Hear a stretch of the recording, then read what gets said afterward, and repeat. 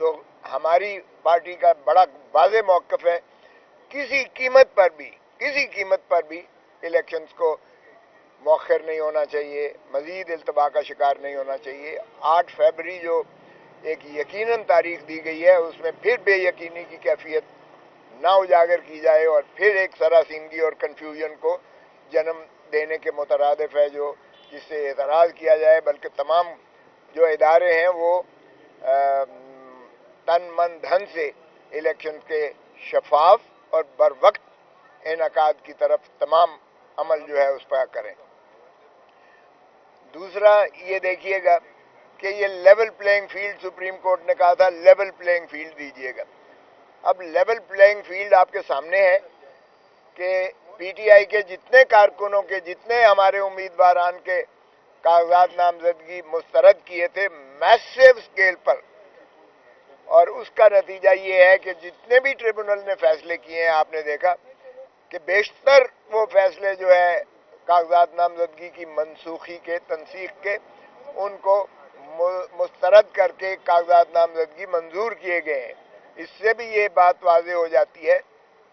کہ care taker government چاہے وفاقی ہو چاہے صوبائی ہو اور چاہے انسپیکٹر جنرل پولیس جو کہ پولیس کی سربراہ ہوتے ہیں مختلف صوبوں میں اور اسلام آباد میں، یا وہ جو ہے چیف سیکرٹریز ہوں جو بھی مختلف صوبوں اور مرکز میں ہیں، انہوں نے کس قدر اس معاملے میں جو ہے الیکشن کمیشن کی بھی تصدیق کی، جو احکامات الیکشن کمیشن نے جاری کیے تھے، اور سپریم کورٹ کی جو واضح ہدایت تھی کہ لیول پلینگ فیلڈ دیں، اور election commission of Pakistan article 218 اور 220 کے تحت اپنے فرائض منصبی ادا کرتے ہوئے یہ یقینی بنائے کہ تمام ایڈمنسٹریشن جو ہے وہ اس کی کسی قسم کی مداخلت نہ کرے۔ اور ہم نے جو سپریم کورٹ میں دائر کر رکھی ہے جو سوموار کو لگی ہے، جس میں inspector general police Punjab Lahore کو اور چیف سیکرٹری جو ہے پنجاب حکومت پنجاب ان کو اور ایڈوکیٹ جنرل کو پنجاب کو جو نوٹس دیا گیا ہے سوموار کے لیے، ہمارا یہ مطالبہ ہے کہ انسپیکٹر جنرل پولیس اور چیف سیکرٹری دونوں کو معطل بھی کیا جائے اور ان کو فوراً وہاں سے پنجاب سے جو ہے نکالا جائے، کیونکہ جو پنجاب میں انہوں نے 20 سے لے کر 30 تاریخ تک اور اس کے بعد بھی اپیلوں کی سماعت تک آج تک جو تسلسل اور تواتر کے ساتھ جو ہمارے امیدواران اور ان کے سپورٹرز ہیں یا ان کے جو ہے پرپوزرز ہیں یا جو سیکنڈرز ہیں یا ان کے جو ریپرزنٹیٹیوز ہیں، جس انداز سے ان کو رف اپ کیا گیا، جس انداز سے ان کو اغوا کیا گیا، جس انداز سے ان کے کاغذ پھاڑے گئے، جس انداز سے ان کے خلاف کیسز درج کیے گئے اور ان کو پابند سلاسل کیا گیا، اور وکلاء تک جو ان کے ساتھ گئے تھے ان کے ساتھ بھی نہ صرف بدتمیزی کی بلکہ ان کو بھی محبوس کیا گیا، اور باروں نے پھر مل کر ان کو مخلصی دلائی، حتیٰ کہ خرم لطیف کھوسا جو خود این اے 127 کے جو امیدوار تھے اور جن کے پیروی کر رہے تھے، ان کے دفتر سے انہیں گرفتار کیا گیا 31 کو، اور یکم کو عدالت عالیہ میں جب ساری بار پیش ہوئی تو لاہور ہائی کورٹ نے ایک دو ٹوک فیصلہ دیا کہ وکلاء پر اگر اس طرح سے دوبارہ کیا گیا حرکت، نہ صرف انہوں نے وہ قواش کر دی کارروائی بلکہ ہتھکڑیاں جو عدالت میں لگائی گئی تھیں وہ کھلوائی گئیں اور انہیں جو ہے آزاد کیا گیا، اور اس مقدمے کو بھی بدنیتی پر مبنی قرار دیتے ہوئے غیر آئینی اور غیر قانونی قرار دے کر کالعدم قرار دیا۔ اور انہوں نے کہا جج صاحب نے کہ اگر وکیل کو اس طرح سے دوبارہ میرے پاس آئی کوئی شکایت ہراساں کی تو پھر یہ ایس ایچ او یا پولیس آفیسر جو بھی ہے وہ پھر اس کا ذمہ دار ہوگا۔ تو اس طریقے سے ہمیں جو ہے وکلاء کے انہوں نے چیمبر تک نہ چھوڑے اور وکلاء کو بھی انہوں نے ہراساں کیا، تو اس کی براہ راست ذمہ داری کیئر ٹیکر حکومت پر آتی ہے، اس کی انسپیکٹر جنرل پولیس پر آتی ہے جس کی پولیس جو مس یوز کی ہے اپنی اتھارٹیز، اور چیف سیکرٹری پر اس لیے آتی ہے کیونکہ یہ جتنے ریٹرننگ آفیسرز ہیں یہ ڈپٹی کمشنر ہو یا اے ڈی سی ہو یا اے ڈی سی جی ہو یا اسسٹنٹ کمشنر ہو، یہ سارے ایڈمنسٹریٹو مشینری میں چیف سیکرٹری اور صوبائی حکومت کے تابع آتے ہیں، اور پھر اگر الیکشن کمیشن کہے کہ جی یہ شفاف الیکشنز ہو رہے ہیں تو پھر شفافیت تو یہیں سے ٹپکتی ہے کہ انہوں نے ہمارا نشان تک چھین لیا الیکشن کمیشن نے. اور نشان چھیننے کا مطلب یہ ہوتا ہے پارٹی کو پریکٹیکلی ڈسبینڈ کرنے کے مترادف ہے. یہ مولانا مودودی کے کیس میں سپریم کورٹ نے ہولڈ کیا, یہ شہید بے نظیر بھٹو کے کیس میں 1988 سپریم کورٹ میں یہ بات انہوں نے مندرج کی کہ سمبل کی, الیکشن سمبل کی کیا اہمیت اور کیا افادیت ہوتی ہے, اور کتنی جو ہے اس علاقے میں جہاں 50-60% جو ہے ناخواندگی ہے وہاں سمبل کا مطلب ہے کہ اس کو ووٹ کا حق سے محروم کرنا ہے, ووٹرز کو بھی. تو اس لیے یہ نہ تو الیکشن کمیشن کوئی لیول پلینگ فیلڈ کی فراہم کر رہا ہے اور نہ ہی حکومتیں جو ہے کیئر ٹیکرز اور ان کے جو ہے نیچے سے کارندے جو آئی جی یا چیف سیکرٹریز ہیں وہ فراہم کر رہے ہیں. تو ہم انشاءاللہ توقع کرتے ہیں کہ اس چیز کا جو ہے نہ صرف عوام اس کا جو ہے خود محاصرہ کرے گی بلکہ عوام انشاءاللہ 8 فروری کو اپنے محبوب قائد جو ہے عمران خان کے امیدواروں کو میسو طریقے سے کامیابی سے ہمکنار کرے گی تاکہ یہ جو اس طرح کے ہتھ کنڈے جو استعمال کیے جا رہے ہیں ان کا کلا کما کیا جا سکے. اور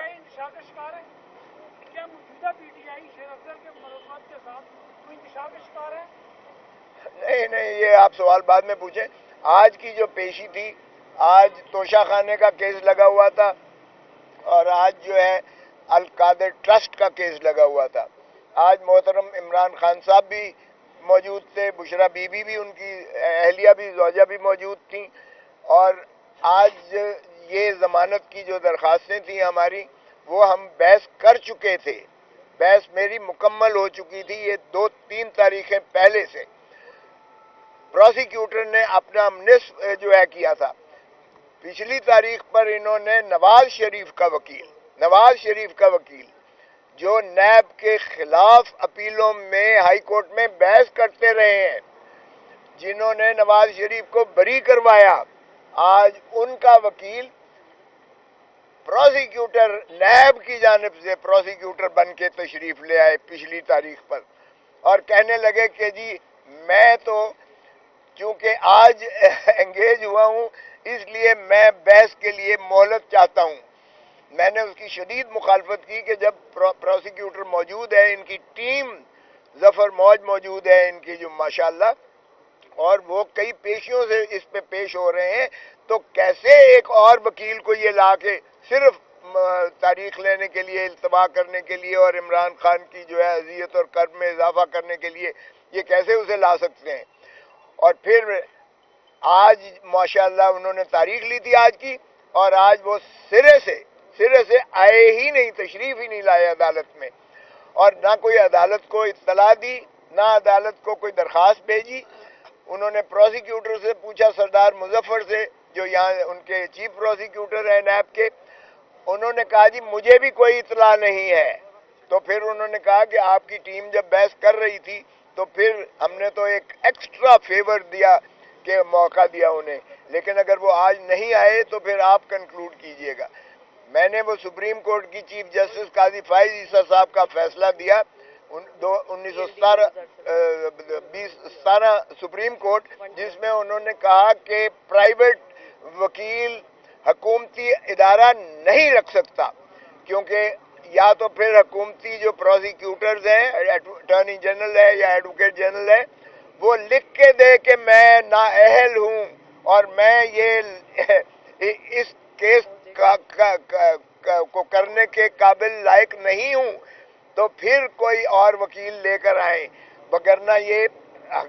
غریب عوام کے پیسوں پر جو اتنی زیادہ جو ہے ظفر موج رکھی ہوئی ہے سرکار نے وکیلوں کی, سرکاری وکیلوں کو, جنہیں سرکاری خزانے سے پیسہ ملتا ہے, جو عوام کے ٹیکس دیتے ہیں, پھر اس پر ایک اور بوجھ ڈالنا پرائیویٹ وکیل کا, یہ کسی طور پر قابل قبول نہیں ہے. اور انہوں نے اس کی مذمت کر کے قاضی فائز عیسیٰ صاحب چیف جسٹس موجودہ اس وقت جج تھے سپریم کورٹ کے, ان کا 3 رکنی بینچ کا فیصلہ ہے کہ یہ پریکٹس بند ہونی چاہیے. لیکن اس کے باوجود تو میں نے عرض کیا کہ کیا جی نواز شریف کنٹرول کر رہا ہے نیب کو, کہ نواز شریف صاحب کا وکیل یہاں تشریف لائے ہیں، جب کیا نیب کے وکیلوں پر انہیں اعتماد نہیں ہے کہ تو یا پھر آپ جو ہے کسی اور اس کے تابع انصاف دیں گے؟ تو پھر جج صاحب کی نے اظہار برہمی کیا اور انہوں نے کہا کہ میں اگر آپ یا تو بحث کریں وگرنہ میں اس کو کنکلوڈ متصور کروں گا۔ اب کیا کرتے ہیں یہ تو میں نہیں کہہ سکتا ہوں، لیکن انہوں نے سوموار کے لیے پھر بھی رکھ دیا ہے کیس، اور یہ اس طرح سے انہوں نے تاریخ لی ہے۔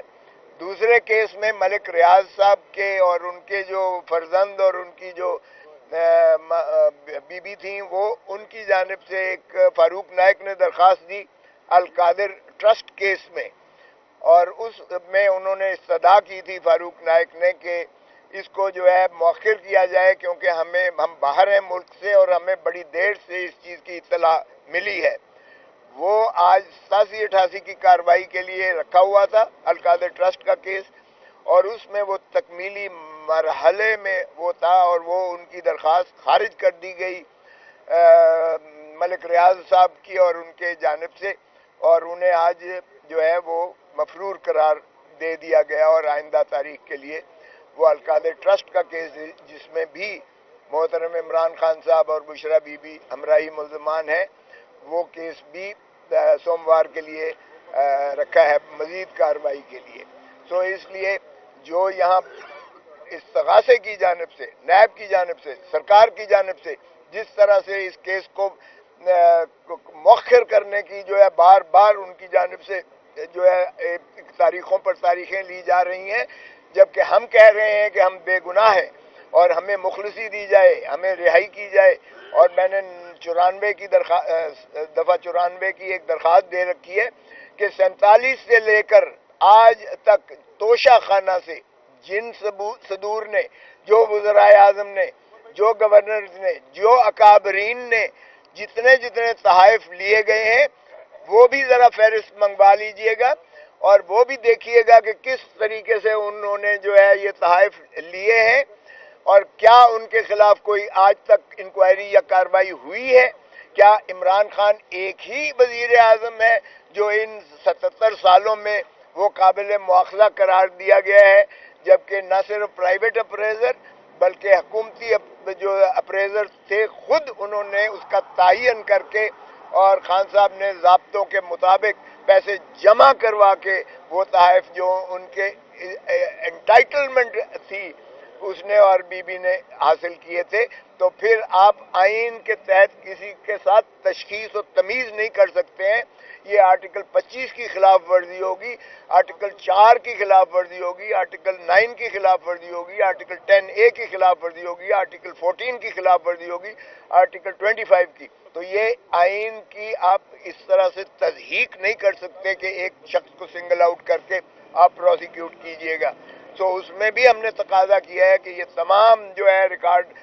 فراہم کر کے آپ کے سامنے بھی آیا جائے، کیونکہ فرد جرم لگانا جو ہے یہ کوئی مذاق نہیں ہے۔ کسی کو آپ فرد جرم لگا کے اور اس کے بعد اس کو جو ہے کارروائی ٹرائل کی شروعات کر کے اور اس کو جو ہے کھینچ کر ذلت و رسوائی میں ڈال کر اور ٹائم ضائع کریں اپنا بھی اور ان کو بھی پابند سلاسل رکھیں، تو یہ قانون اور انصاف کے متصادم ہے۔ پھر خان صاحب نے خود اٹھ کے کہا کہ مجھے 5 ماہ سے میرے بیٹوں کے ساتھ بات کرنے نہیں دی گئی ہے۔ چلیں وہ سائفر کے کیس میں تو انہوں نے کہا جی سیکریسی ہے اور کوئی نہیں آ سکتا، لیکن سائفر کے کیس میں خان اندر نہیں ہے، خان کی سپریم کورٹ ضمانت لے چکی، اب خان جو ہے ایک عام جو ہے کیس میں موجود ہیں اور ان پر کوئی ایسی سیکریسی والی بندش نہیں اطلاق کیا جا سکتا۔ تو جج صاحب نے اس پر جو ہے ان کو حکم دیا ہے کہ ان کو بچوں کے ساتھ جو ہے رسائی کے لیے بات کرنے کے لیے قانون اور جیل مینول کے تحت ان کو اجازت دی جائے تاکہ یہ فون پر اپنے بچوں کی خیریت دریافت کر سکیں اور ان کے ساتھ گفت و شنید کر سکیں۔ تو یہ کارروائی ہے جو آج ہوئی ہے۔ جی اب سوال کیجیے گا اگر کرنا چاہتے ہیں تو۔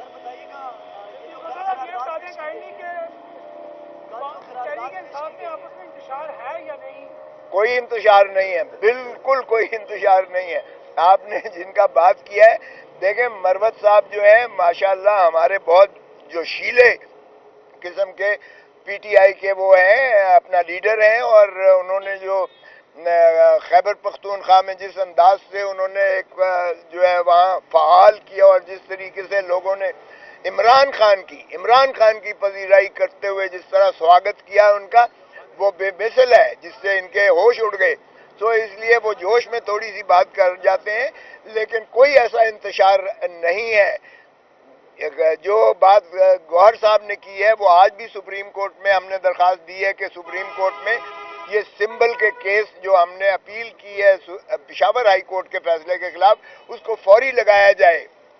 اور وہ انشاءاللہ وہ بھی اس نیکسٹ ویک پہ منڈے کو لگ جائے گی، سوموار میں، اور شاید لارجر بینچ اس میں کانسٹیٹیوٹ ہو. سیٹ ایڈجسٹمنٹ کے لیے بات کی ہے،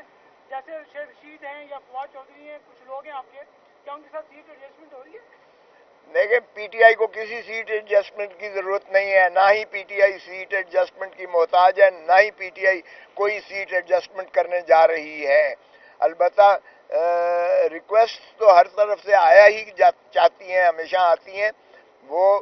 ایسی کوئی سیٹ ایڈجسٹمنٹ کا ہمارے ہاں کوئی کانسیپٹ نہیں ہے. Thank you. اچھا سر، یہ بتائیے گا، قرارداد جو پیش کی گئی ہے کل سینٹ میں، کیا کہتے ہیں آپ، اس کو مد نظر رکھتے ہوئے اگر منظور ہو جاتی ہے تو کیا الیکشن ملتوی ہو جائیں گے؟ دیکھیں ایک تو یہ ہے کہ اس قرارداد کی کوئی اہمیت ہی نہیں ہے، قانونی طور پر، آئینی طور پر اس کی کوئی اہمیت نہیں ہے.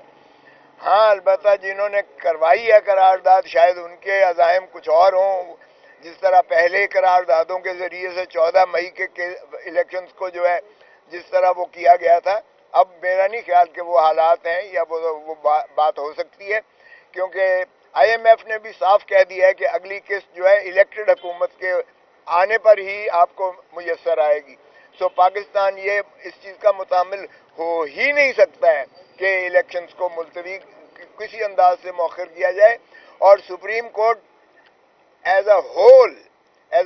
اس وقت فریکچرڈ تھی، جس وقت 14 مئی والا الیکشن کا انعقاد کیا گیا تھا، اس وقت فریکچرڈ تھی سپریم کورٹ، جس وجہ سے انہوں نے قراردادوں کے ذریعے قومی اسمبلی سے بھی اور سینٹ سے بھی یہ پاس کروا کے اس کو ساری قوتیں جو ہے وہ obstruct کر کے اور آئین کی جو ہے خلاف ورزی کرتے ہوئے انہوں نے مؤخر کیا تھا.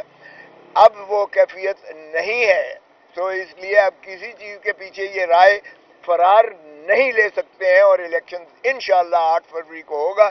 اور پاکستان تحریک انصاف کو 2/3 لینے سے کوئی نہیں روک سکتا ہے. اللہ کی صاحب، آپ